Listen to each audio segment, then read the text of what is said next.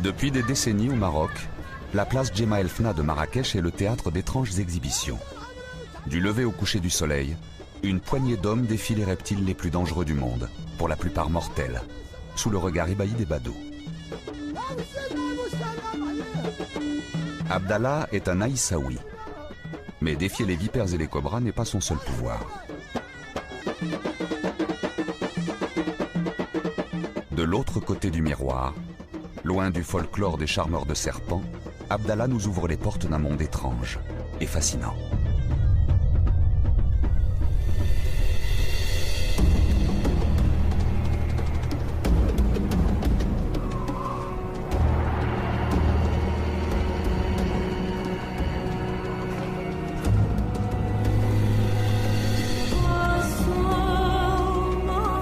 Il est un monde au-delà du monde. Un monde qui apaise, soigne et guérit.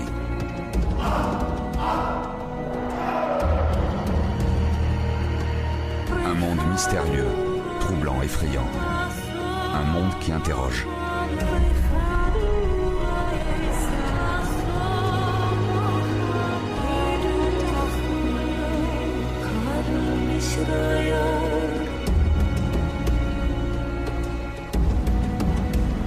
Il est un monde qui défie le désordre, un monde qui défie la mort.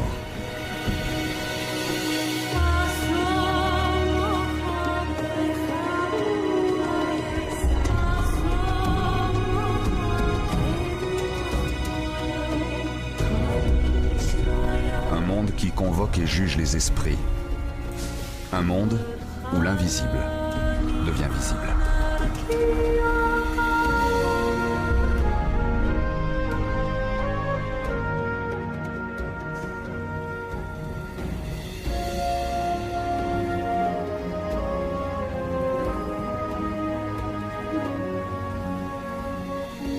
Loin des tumultes de Marrakech, voici Abdallah, le chaman. Ses pouvoirs sont connus de tous.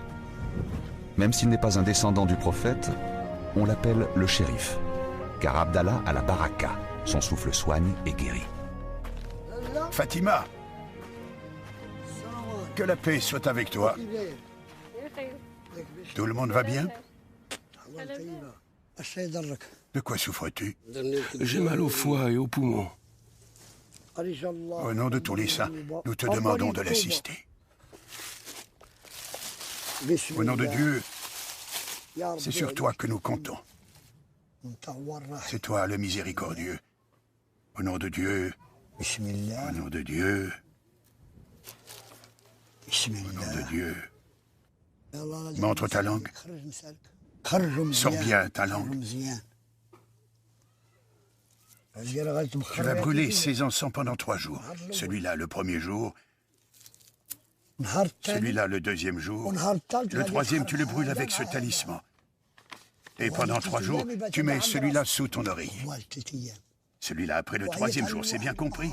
Et invoque Dieu pour vaincre ton mal. Celui qui en une nuit te transporte d'un état à un autre, c'est lui, Dieu, aux pouvoirs immenses. Que Dieu t'amène la guérison.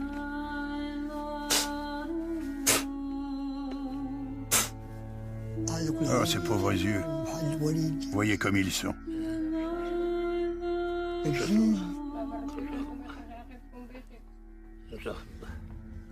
Oh mon Dieu. Oh mon Dieu, agis par-delà l'invisible. Oh maître des domaines sacrés. Oh toi qui nous vois souffrir. Oh Dieu, dissipe le mal en un instant. Oh mon Dieu, soulage-le. Oh mon Dieu, guéris-le.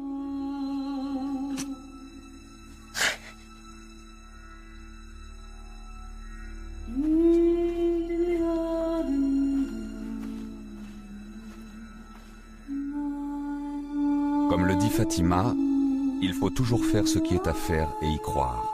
Et surtout ne jamais regretter de l'avoir fait. Ce soir, elle va prier et veillera sur son mari, comme chaque soir.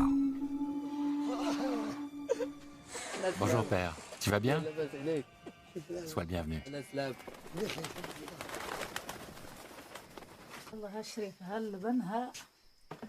Femmes, enfants et petits-enfants, tous se réunissent autour d'Abdallah lorsqu'enfin il rentre chez lui. Tous écoutent les récits du mystique, buvant chacune de ses paroles, comme l'arbre se nourrit de sa sève. Vous voulez savoir ce qu'est un chaman, un Aïssaoui?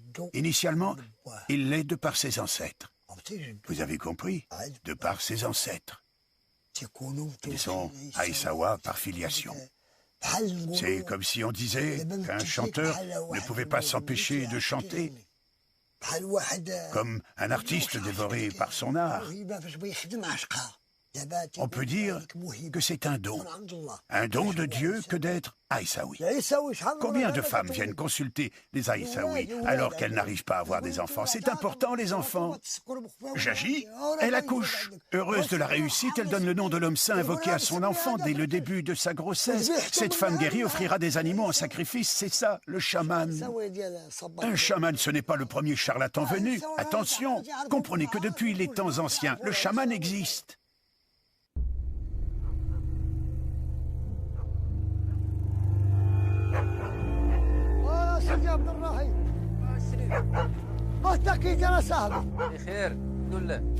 Une mue de cobra trouvée près d'une maison, signe qu'un dangereux serpent rôde alentour. L'animal reste invisible, et pourtant il est là, quelque part. Terrorisés, les villageois ont appelé Abdallah au secours, comme toujours.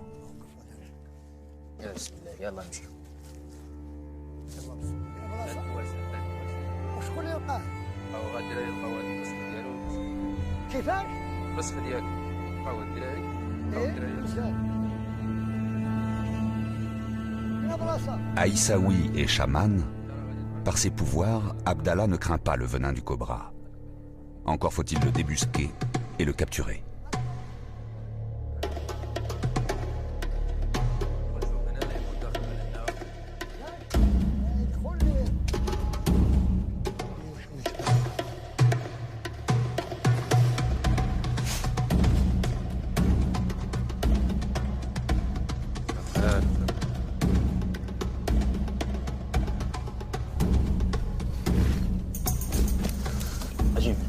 Viens par là, il est là. Il est là.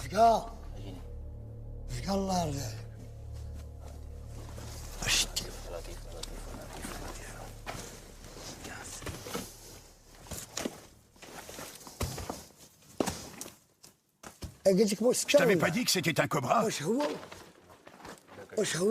lui ou pas? Ça, c'est un cobra. Un cobra. Ni les enfants ni les vaches ne lui survivraient. واش هو ولا ما هو؟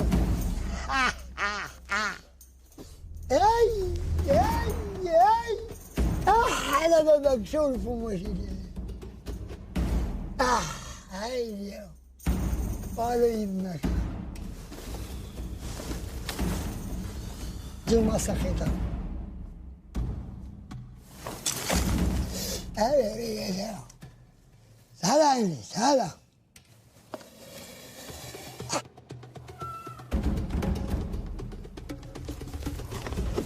Eh ben mon petit gars, tu veux voir mes cheveux? Tu me cherches là, hein? Pour qui tu te prends?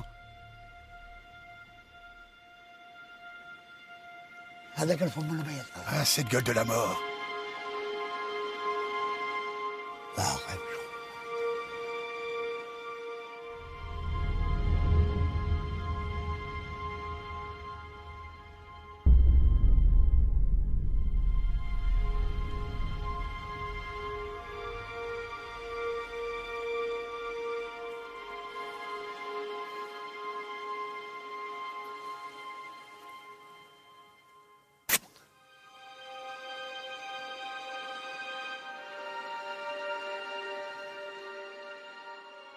Prisonnier et soumis, le cobra rejoindra bientôt Marrakech et les charmeurs de serpents. Symbole des esprits malfaisants, il a fait irruption dans le monde des hommes, troublant l'ordre public. Mais Abdallah a su le dompter. Il s'en est même amusé un instant. Face aux esprits du mal, le chaman communique, instaure le dialogue et négocie. Le chaman, est d'abord celui qui est habité par les esprits. Le chaman a beaucoup de tourments. Et parmi eux, la possession. Comprenez que celui qui voyage dans le monde des morts et qui est capable d'en revenir, c'est lui le chaman.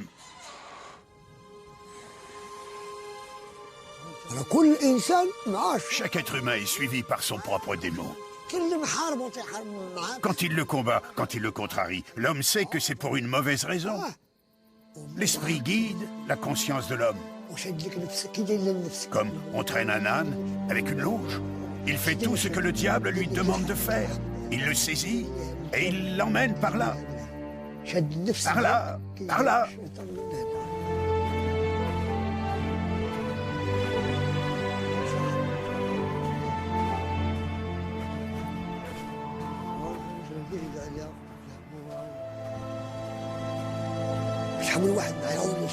Comprenez bien, celui qui est possédé par le démon perd son libre arbitre.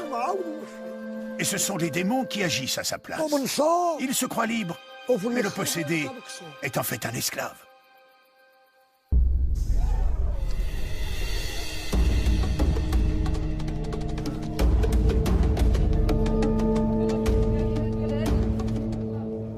Les esprits sont partout.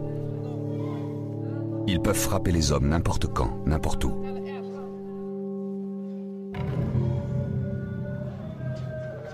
Au Maroc, certains font appel aux chamans, d'autres s'en remettent au pouvoir thérapeutique des saints. Autour de leurs tombeaux ont été édifiés les zaouïas. Depuis le XIe siècle, des dizaines de monastères islamiques, comme celui de Bouya Omar, constellent la plaine de Marrakech.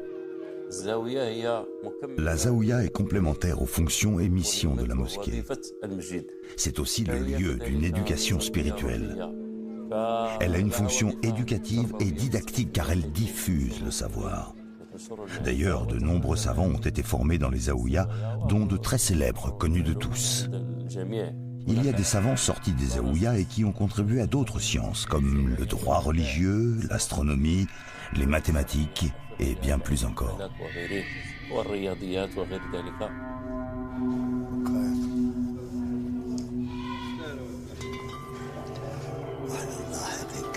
Abdallah est ici chez lui. Membre de la confrérie des Aïssawa, il vient toujours prier le saint Bouya Omar. Comme lui, les pèlerins y viennent en grand nombre, attirés par le pouvoir du saint guérisseur. La réputation de Bouya Omar est reconnue dans tout le Maroc. Et même dans tous les pays arabes. On vient de Tunisie, d'Égypte, d'Arabie Saoudite. Les gens constatent son pouvoir de guérison et voient ce qu'il y a de secret dans Bouya Omar. Ils arrivent à la conclusion que ces pouvoirs sont vrais et réels, et régulièrement des preuves sont données.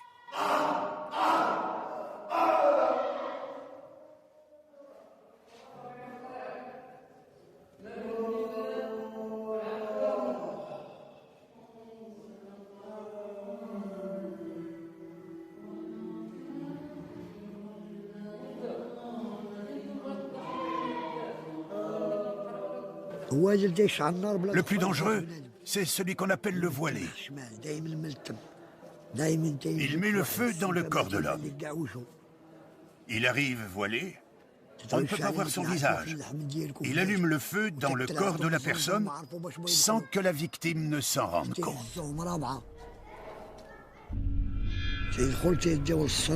Le djinn provoque des évanouissements. Et c'est alors qu'un religieux peut détecter la présence des esprits. Qu'il soit victime de sorcellerie, qu'il soit possédé, obsédé sexuel ou drogué, tous viennent chercher la guérison ici. Concernant les drogués, si Dieu le veut, ils arrivent ici et repartent guéris.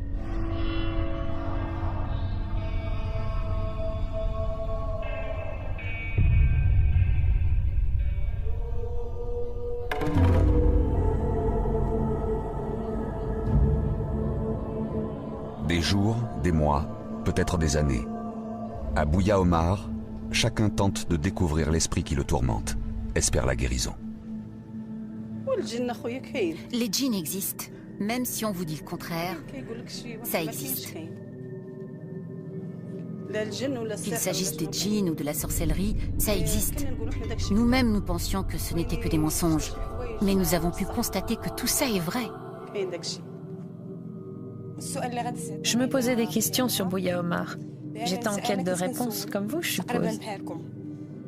Nos anciens nous disaient que Bouya Omar a le pouvoir de guérir les simplets, les simples d'esprit, les malades mentaux, ceux pour lesquels le médecin n'a rien pu faire. On les emmène ici et la guérison se fait par la volonté de Dieu. Quand je suis venue pour la première fois, j'ai ressenti une paix intérieure. Car j'étais comme sous pression, j'avais des problèmes. Maintenant, je me sens mieux, grâce à Dieu.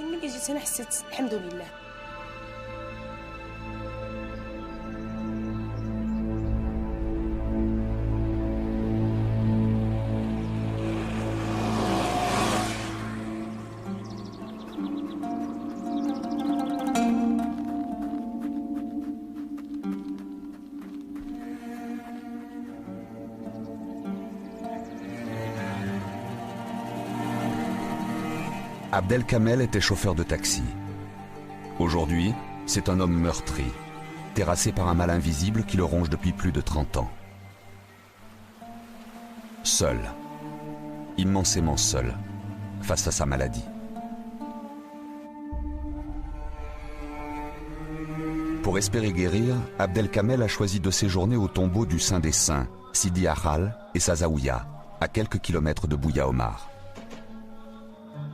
Je suis tombé malade à l'âge de 19 ans. J'ai perdu mon grand frère, mon père, ma mère. J'ai perdu à peu près 5 personnes.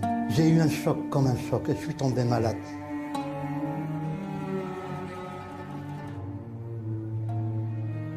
J'ai visité pas mal de médecins. Ils m'ont donné des médicaments, mais ça n'a pas marché. Ça m'a plutôt enragé.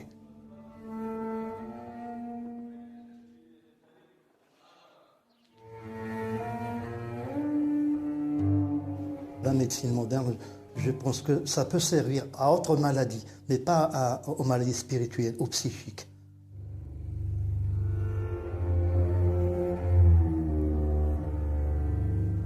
Parfois, je commets des choses anormales. Parfois, je me sens anormal.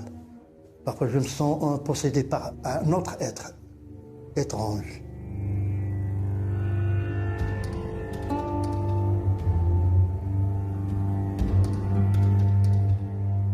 Il est invisible, tu ne peux pas le voir. Tu le ressens. Parfois, il te donne le sommeil, parfois, il t'enlève le sommeil. Et tu implores la providence qu'elle t'aide à se débarrasser de ce démon.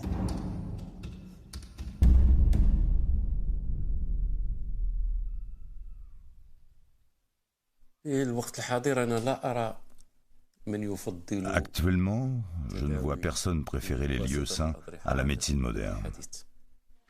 Ils ne recourent à ces espaces qu'après avoir épuisé toutes les possibilités de la médecine moderne, après des visites répétées chez des médecins et des spécialistes. Le malade est ainsi. Il est toujours à la recherche de son remède, de sa guérison.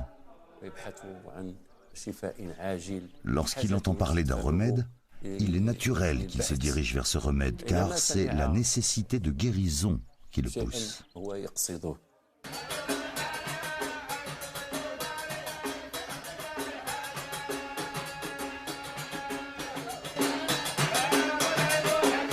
Chaque jour, des pèlerins venus d'Afrique, d'Europe et même d'Amérique arrivent à Sidi Ahal. On offre en sacrifice un coq, un mouton, une chèvre selon ses moyens, et l'on prie de longues heures autour du tombeau du saint. Sidi Ahal vécut au XVIe siècle. On rapporte que ses pouvoirs étaient immenses, tantôt homme, tantôt animal. Il enfreignait toutes les règles, franchissait toutes les frontières. Parmi les grandes barakas qu'il avait comme don de Dieu, il y a celle de combattre le mal des djinns, avec une pratique religieuse, celle d'exorciser par la lecture du Coran. Bien que le saint soit mort, les malades qui se sentent possédés viennent prendre la baraka qui émane encore de sa sainteté et dont ses descendants ont hérité.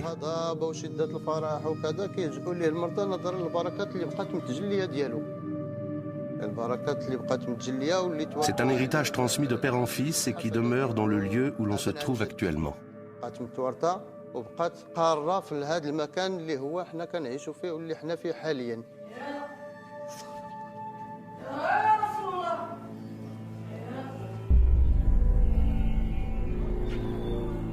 Abdallah le chaman a puisé sa baraka dans l'initiation et l'errance. Hadj Abdelmoula, quant à lui, en a tout naturellement hérité. Il est un descendant direct du saint Sidi Harral, un héritier par le sang.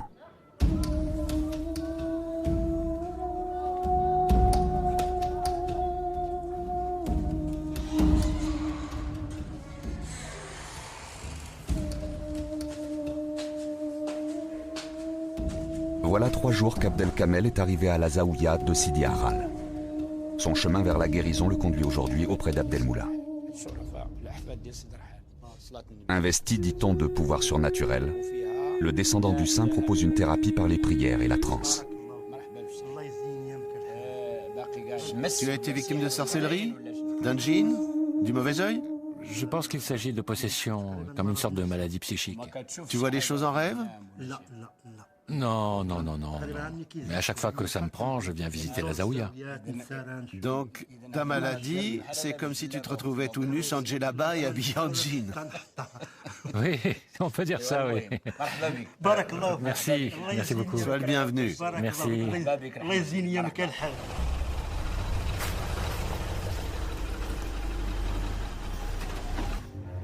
Comme tant d'autres, Abdel Kamel poursuit son pèlerinage thérapeutique depuis de longues années.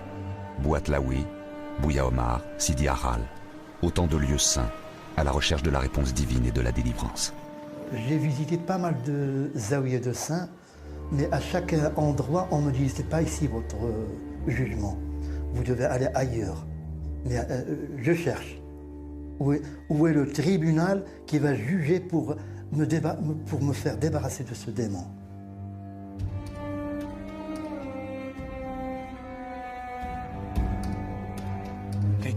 Dans le tribunal spirituel, le patient est d'abord devant la barre des accusés. Le saint lui ordonne de séjourner une période déterminée dans le mausolée, des jours, 1 mois, 1 année. Le temps qu'il faut pour maîtriser ce démon. Je peux être guéri d'ici la nuit, je partirai le matin. Je peux être guéri d'ici 1 mois ou d'1 an. Ça dépend. Ça dépend du jugement.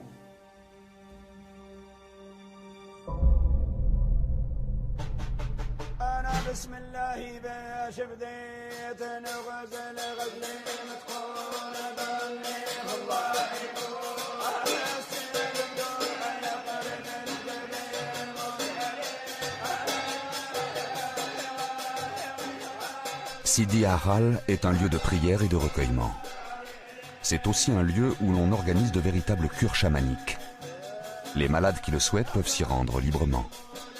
Chacun espère la rémission, prie pour sa guérison, tente par tous les moyens de se rapprocher du divin.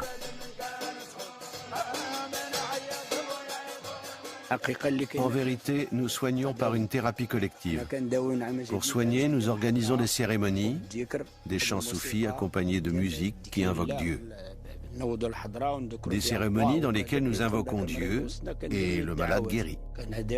Nous le plaçons au centre de notre groupe, nous prions pour lui, nous invoquons un nom particulier de Dieu, le possédé perd connaissance, puis nous le remettons au centre du groupe.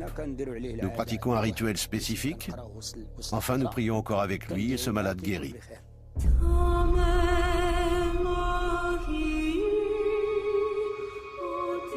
Sous cette djellaba rayée se cache Brahim. C'est ainsi que nous appellerons ce jeune homme de 25 ans, pharmacien et père de 2 petits-enfants. Par pudeur ou par peur, Brahim ne souhaite pas dévoiler son visage. Ce soir, Hadj Abdelmoula et quelques initiés se sont réunis pour le soigner.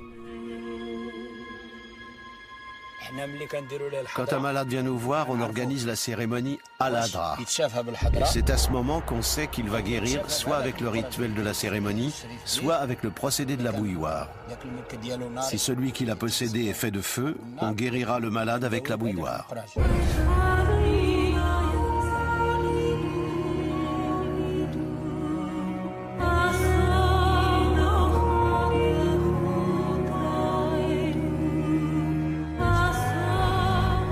extase, affranchis de la peur et de la douleur, certains initiés seront capables de boire l'eau de la bouilloire, une eau en ébullition, une eau brûlante. À peine versée dans la bouche, ils peuvent refroidir cette eau instantanément et la recracher au visage des malades. Investis du pouvoir suprême, ils vont faire circuler par la salive la baraka du saint.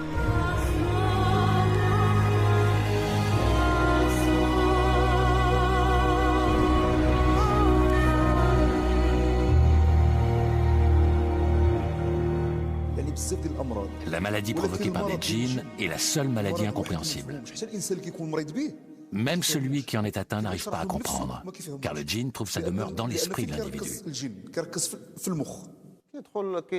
Le démon ne circule pas comme le sang dans le corps d'un homme. Ce sont les paroles de Dieu dans le Coran. C'est une chose qu'on ne peut voir à l'œil nu, mais selon les paroles de Dieu, ces choses existent. Les démons marchent à côté de nous. Ils sont même à côté de nous maintenant.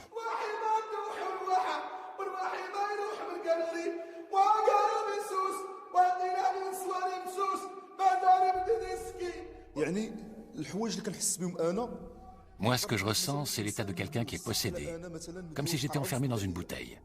Ce n'est pas une vraie bouteille, mais c'est le sentiment que j'ai. C'est ce sentiment qui guide tout. C'est comme une force qui nourrit une peur, malgré le malade. Contrairement au malade psychique, quand celui-ci a peur du noir, il allume la lumière et la phobie disparaît. Alors que le malade du djinn a autant peur dans l'obscurité que dans la lumière.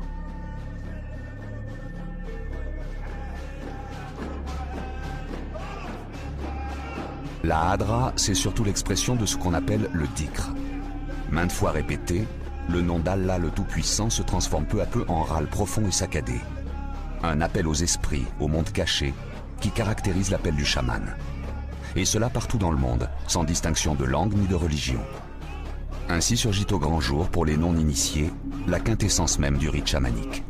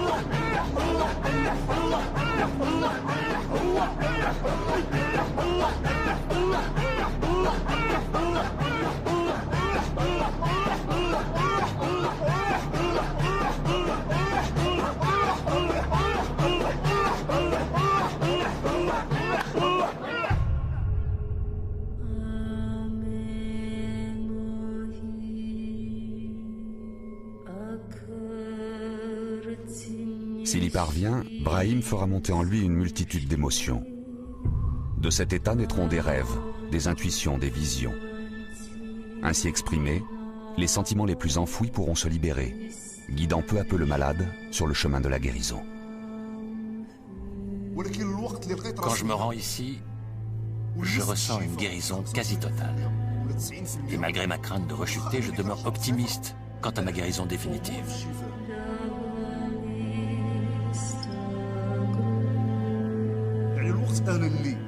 Ici, je me suis senti sous la protection de l'homme saint, sous la protection de ses descendants, sous la protection aussi d'autres personnes qui ont guéri. J'ai aussi vu des gens qui étaient dans un état bien pire que le mien, et je me suis adapté à mon état. Alors je me suis renforcé et j'ai pris conscience de qui j'étais. J'ai compris que mon destin est comparable au destin de ceux qui m'entourent. Comme eux, je peux être amené à guérir et partir d'ici, car un jour Dieu peut donner la guérison.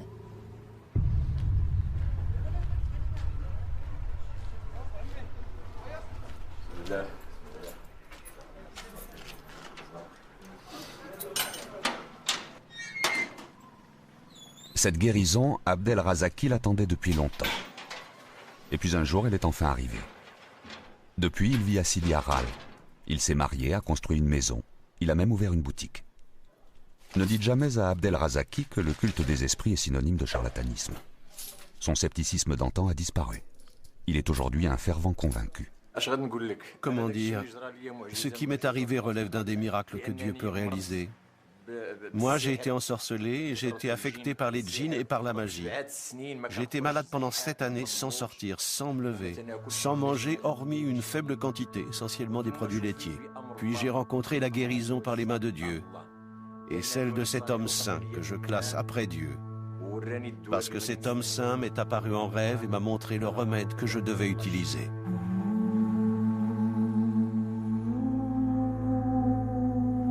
Mais Abdel Razaki ne fut pas le seul à être touché par la grâce du saint. Zahra Boumkim a cru mourir, elle aussi, terrassée par les djinns. La plupart des Marocains ne croient pas aux esprits, ils n'en parlent jamais. Mais lorsque la maladie apparaît, lorsqu'il faut la combattre, derrière la souffrance se dessine un visage, un corps, un nom.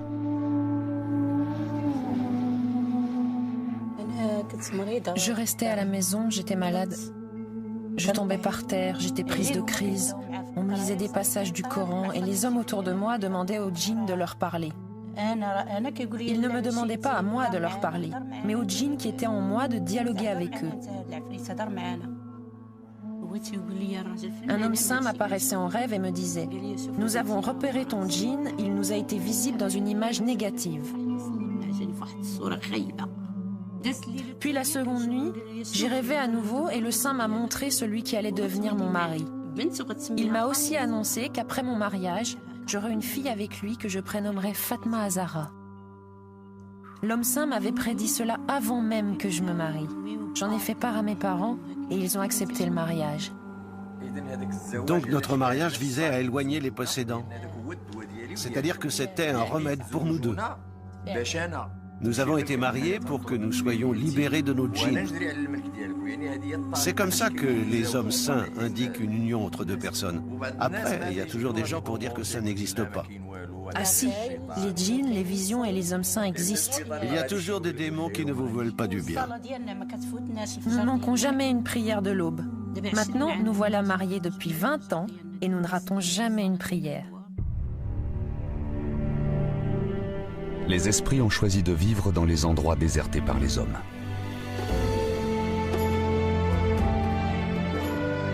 Au Maroc, comme ailleurs, comme au temps des chasseurs-cueilleurs, le chaman vagabond continue d'explorer le monde. Un monde qui semble figé pour l'éternité, mais dont il faut se méfier.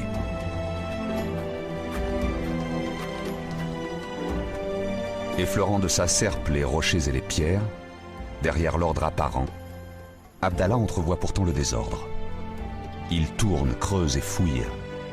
Il sent sa présence.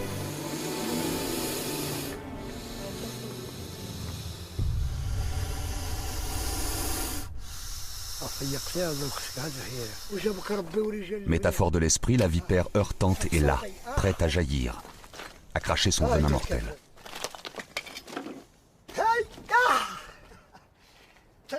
Ah, tu te défends. Tu veux te rapprocher de moi? Ah, tu te défends? Défends-toi. Viens par là. Viens par là. Viens par ici. Espèce de mécréante.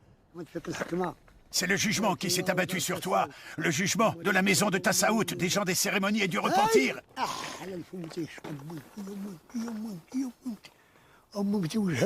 as une drôle de tête. Oh, combien les jugements de Dieu et de mon ancêtre Bouharal se sont abattus sur toi. Je jure par Dieu Tout-Puissant que celle-ci a dû en tuer des vaches et des brebis. Que Dieu soit béni car il t'a amené à moi.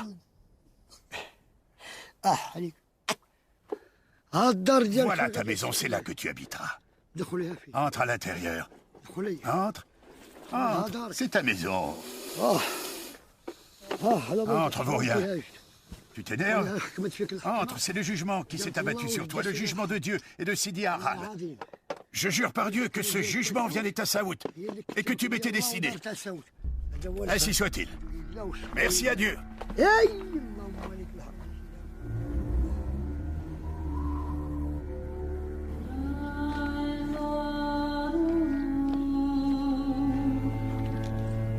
Abdallah le chaman dialogue avec les esprits, puisant toutes les ressources au plus profond de son inconscient. Car de cet inconscient naissent des messages, dit-il, des appels qu'il faut entendre et auxquels il doit répondre. Il n'a d'autre choix que de soigner les gens qui souffrent.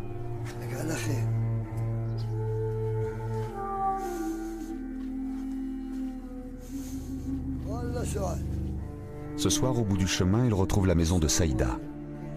Abdallah connaît Saïda depuis longtemps, depuis le jour où retentirent ses premiers cris de détresse. La première fois que je me suis sentie possédée, je vivais sur un chantier, près d'une mare. C'était la veille de l'Aïd. J'avais juste un matelas avec moi. Je suis entrée dans la mare sans savoir ce que je faisais. Je ne croyais pas aux djinns lorsque j'étais jeune. Je suis tombée dans cette mare et pendant 22 jours, j'ai été malade. J'attrapais ma main comme ça et je l'arrachais avec mes dents. J'ai encore des traces là. Regardez. Voilà. Lorsque je me blesse là et que je bois mon sang, je me réveille d'un coup et je reprends connaissance. Les gens d'ici aiment Saïda, car son parcours est exemplaire. Malade depuis l'enfance, d'union forcée en mariage raté, la vie ne l'a pas épargnée. Des séjours prolongés à Bouya Omar ont fini par lui révéler l'identité des esprits qu'elle porte en elle. Selon l'apparence qu'il prend, je le reconnais. Quand il m'apparaît sous la forme d'un homme, je le vois parfois se battre avec un autre homme. Parfois, il me demande de lui faire des sacrifices.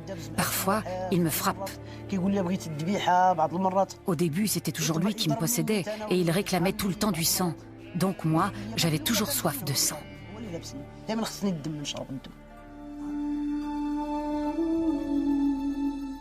Pour Saïda, survivre au quotidien, c'est accepter de vivre avec les djinns, les esprits qui la tourmentent. Elle sait aujourd'hui qu'une alliance entre deux mondes est possible. Je te le dis, tu seras la bienvenue lors de la Lila. D'accord. Tu y refroidiras tes esprits. Tu entreras en transe. Tu pourras entretenir ta transe dans la Zaouïa. Tu pourras faire ce travail de dialogue. Et si Dieu le veut, cela aboutira à la guérison et au remède. Et j'irai mieux. Oui, ainsi tu retourneras chez toi, il n'y a pas de doute. Nous implorons la Zaouïa et cet arbre et nous implorerons la Qibla. Tu verras que cette lila, cette transe et cette cérémonie seront la cause de ton retour dans ta maison avec tes filles. Si Saïda a su nouer un dialogue avec les esprits, pour d'autres malades, en revanche, la cause semble entendue. Possédés par les plus dangereux des djinns, leur espoir de guérison s'évanouit dans le chaos et les cris. Il y a des personnes qui sont atteintes depuis longtemps, comme ceux qui se trouvent à Bouya Omar, qu'on peut appeler les condamnés. Ceux-là sont toujours enchaînés. Si par hasard l'un d'eux se détache, il tuera, c'est certain. Et c'est connu partout. Il faut s'attendre au pire. Il faut plusieurs personnes pour le maîtriser.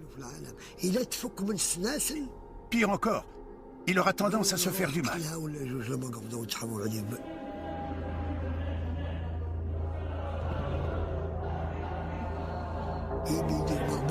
Cependant, par la volonté de Dieu, il peut éventuellement guérir.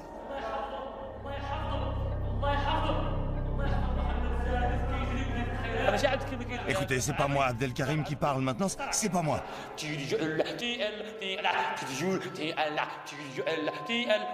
Mais c'est le djinn, c'est lui qui parle. Comment? Oui, c'est le méchant djinn, le boucher le plus dangereux. Il a possédé Abdelkarim depuis l'âge de 15 ans, alors qu'il lisait le Coran. Il y a maintenant 36 ans et 8 mois que ce djinn le torture. J'ai tellement dépensé d'argent pour me soigner. Et personne ne peut m'aider, personne, sauf Dieu Tout-Puissant. Que dire de ces malades mentaux et de leurs conditions de vie? Le constat semble effrayant. Ici comme ailleurs, on ne sait toujours pas traiter efficacement ce qu'on nomme pudiquement la folie.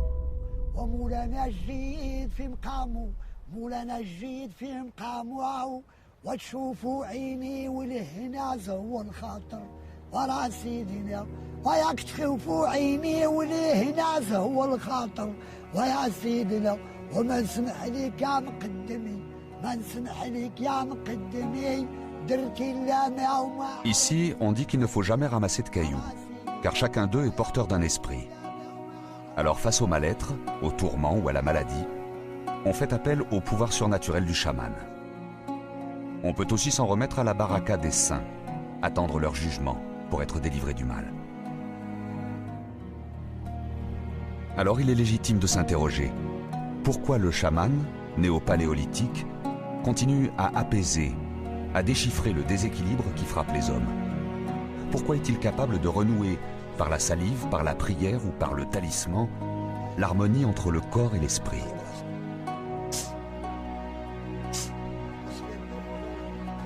Le chamanisme occupe très certainement des fonctions que les grandes religions monothéistes ne parviennent pas à satisfaire. Ces religions ont su introduire l'ordre, conviant les hommes à s'en remettre aux mains d'une volonté divine, un Dieu parfois lointain et en tout point transcendant.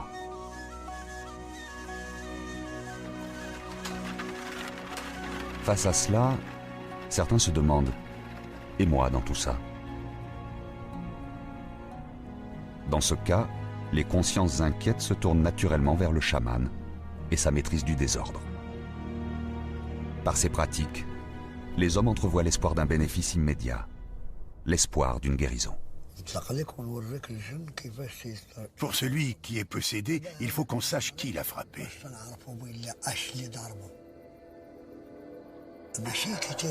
On l'emmène chez nous, à l'endroit où l'on prépare notre rassemblement. Par exemple, notre rassemblement est organisé chez un malade. Cette nuit, on saura qui a frappé le possédé. Et qui nous montrera ce djinn? C'est la flûte.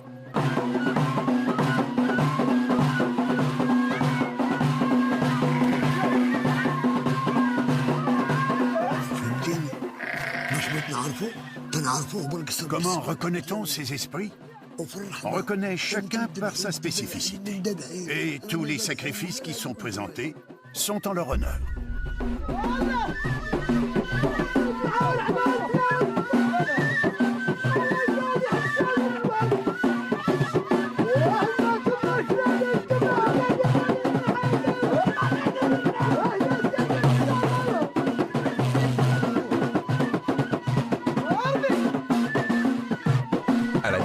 De la Hadra, ainsi commence la Lila, au son des flûtes et des bendirs. Lentement, Saïda apprend à se familiariser avec les entités qui sont en elle, à nouer un dialogue avec elles. Alors, seulement, elle franchira l'abîme, passant de l'état de possédé frappé par les esprits à celui d'illuminé. Investie par l'esprit, Saïda se met à parler. Elle laisse échapper des intuitions, des prophéties, une parole inspirée que les hommes vont écouter. En fait, quand j'entends les flûtes, mon cœur et mon corps subissent une sorte de tonnerre. Mon esprit s'en va. Où il est, Dieu seul le sait.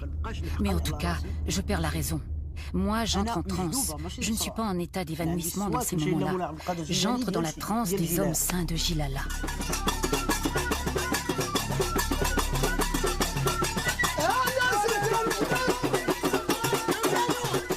Abdallah, comme tous les chamans au Maroc, est un fakir. Ce soir, démonstration sera faite, car les pouvoirs du chaman sont immenses. Face au renoncement, à la vie d'errance, le corps ne peut être une entrave. Mieux encore, dans un état d'extase, le chaman ne craint ni le fer ni le verre. Un voyage au-delà des frontières de la douleur et du mal.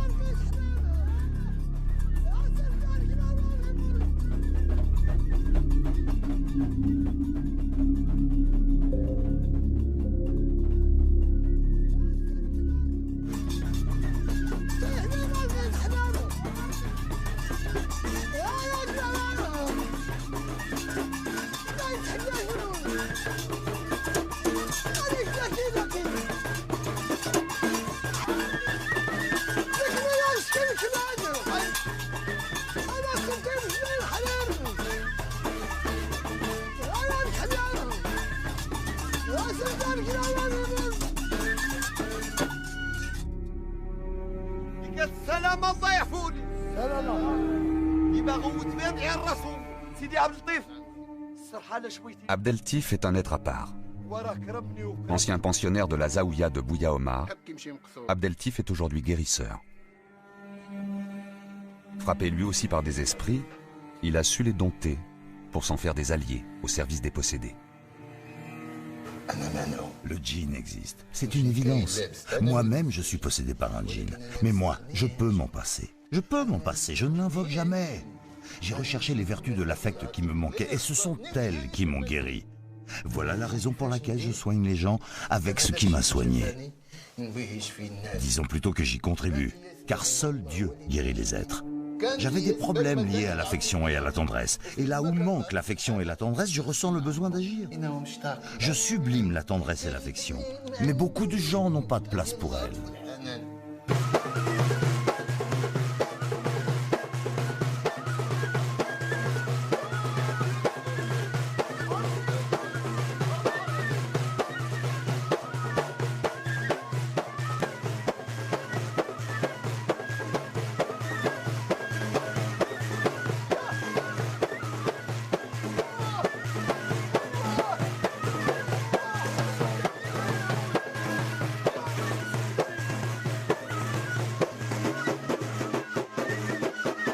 Abdeltif nous démontre par la transe que dans le chamanisme, aucune rémission définitive n'est possible.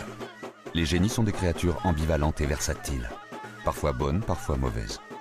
En d'autres termes, un unique et même esprit peut tout à la fois provoquer la maladie ou guérir. Dieu nous préserve du feu, Dieu nous préserve du fer. Car quand on est en transe ou quand on fait du chamanisme, on doit invoquer Dieu en disant « Dieu préserve-moi, Dieu préserve-moi ». Dieu préserve-moi, Dieu préserve-moi. Ceci pour que les gens qui t'observent dans ta transe partagent et apprécient tes efforts.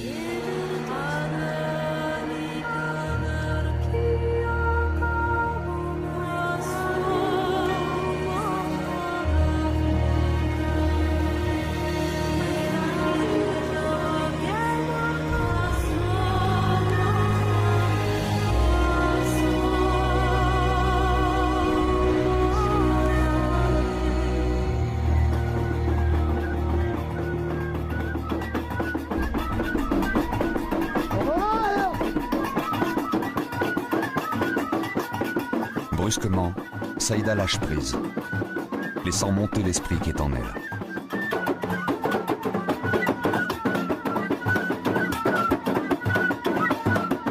Jour après jour, année après année, elle a su le dompter, lui permettant de temps à autre de s'exprimer.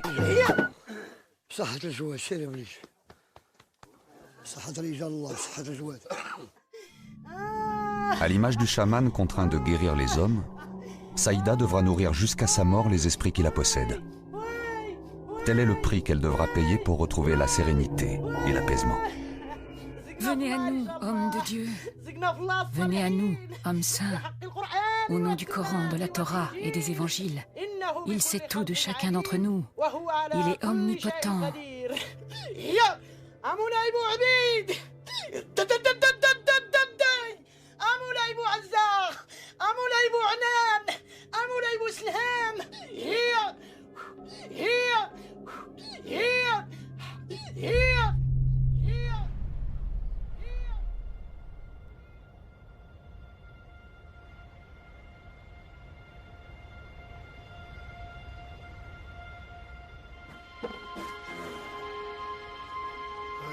Au nom des hommes de Dieu, j'espère que cette cérémonie t'apportera la baraka.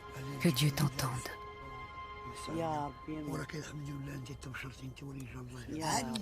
Vous me demandez comment le chaman connaît les djinns? Osez le devenir ou simplement y penser. Ce n'est pas donné à n'importe qui. Il faut être un fou pour tenter de devenir un chaman. Demandez à quelqu'un d'essayer, il vous dira non, non. Demandez-lui de toucher ce serpent. Il ne le pourra jamais.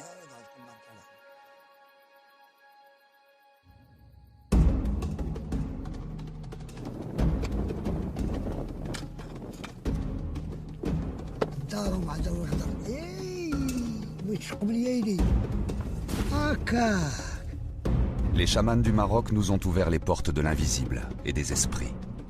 Ils sont en quelque sorte les maîtres du désordre. Ni la médecine moderne ni le rationalisme ne parviennent à l'expliquer. Le chamanisme serait l'unique manière d'appréhender l'imprévu, l'aléatoire qui nous hante depuis la nuit des temps et continue à faire vaciller la raison de l'Occident entre l'acceptation et le déni.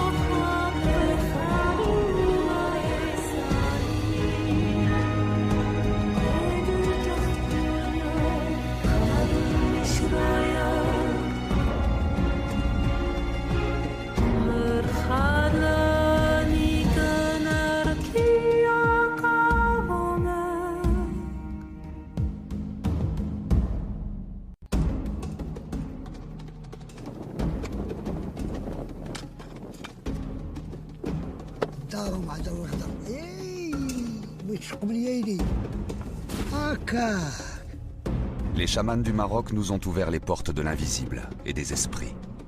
Ils sont en quelque sorte les maîtres du désordre. Ni la médecine moderne ni le rationalisme ne parviennent à l'expliquer. Le chamanisme serait l'unique manière d'appréhender l'imprévu, l'aléatoire qui nous hante depuis la nuit des temps et continue à faire vaciller la raison de l'Occident entre l'acceptation et le déni.